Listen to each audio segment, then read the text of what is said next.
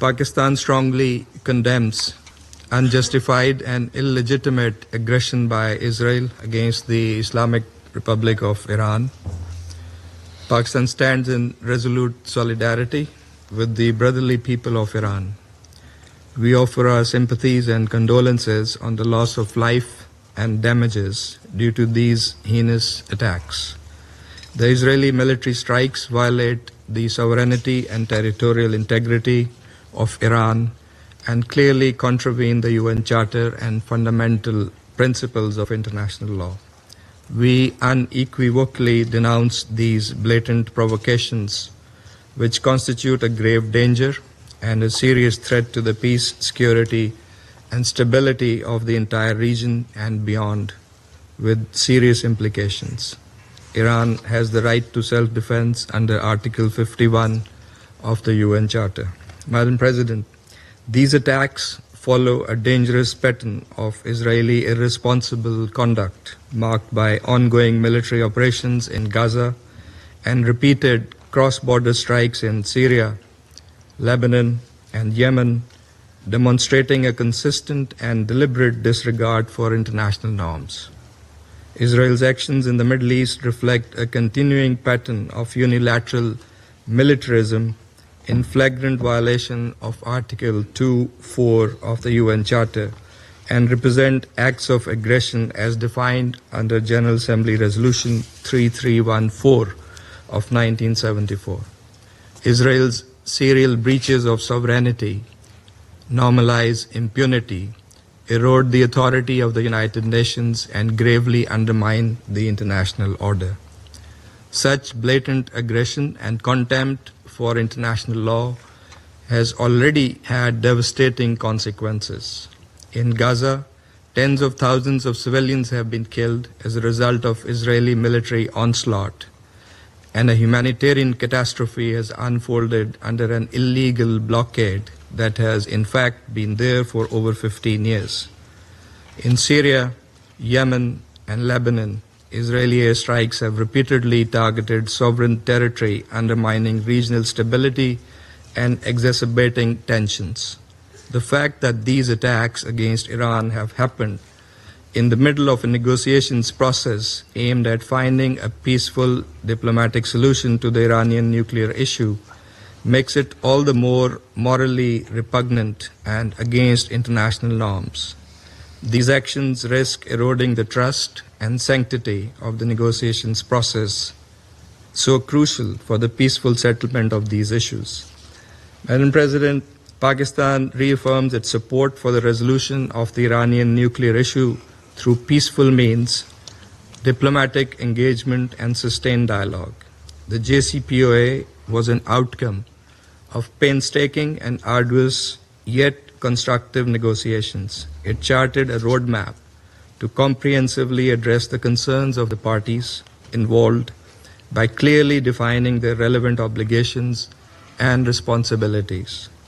The illegal use of force against Iran and the ensuing situation are likely to frustrate the ongoing diplomatic efforts and could destabilize a region that is already under very severe stress. The ongoing diplomatic contacts to reach a negotiated deal and other endeavors to promote regional peace and security must not be allowed to be appended. It is highly regrettable that these attacks have happened when the IAEA was continuing its verification activities in Iran. Such actions threaten the IAEA's technical work, which should be supported and not disrupted. Israel has violated international law, IAEA statute, and several IAEA resolutions by attacking the IAEA safeguarded facilities. In addition to serious violation of international law, these attacks risk setting a dangerous negative precedent and pose a grave threat to safety of populations in the region and around the globe. Pakistan, as an immediate neighbor of Iran, is therefore seriously concerned. Security Council Resolution 487 strongly affirmed such attacks as a clear violation of the UN Charter, the norms of international conduct, and a serious threat to the entire IAEA safeguard regime. We call on all parties, Madam President, to fulfill their respective obligations and responsibilities and avoid escalation. Even in these testing times, diplomatic engagement and dialogue must be prioritized. Clearly, the international community is in favor of peace and stability in the region. In a few days, next week, the international community, the UN membership, was to come together to express its will to chart the path for the Palestinian state as part of the two-state solution that would usher in the long-awaited, just and durable peace in the Middle East. Israel's reckless and irresponsible behavior cannot be allowed to jeopardize the efforts for peace, endanger the stability of the entire region, and risk wider escalation, thereby threatening global peace and security. The Security Council bears primary responsibility to maintain international peace and security and to stop this aggression immediately. It must hold the aggressor accountable for its actions. This Council must deny Israel the free hand and the impunity with which it continues to operate in defiance of international law and international opinion. It is also our collective responsibility to reject any notions by anyone, anywhere, that seek to distort, misuse, and abuse the right of self-defense in violation of international law and the UN Charter. Finally, this Council must collectively muster the courage to take positions and adopt decisions that are in full conformity with the Charter of the United Nations.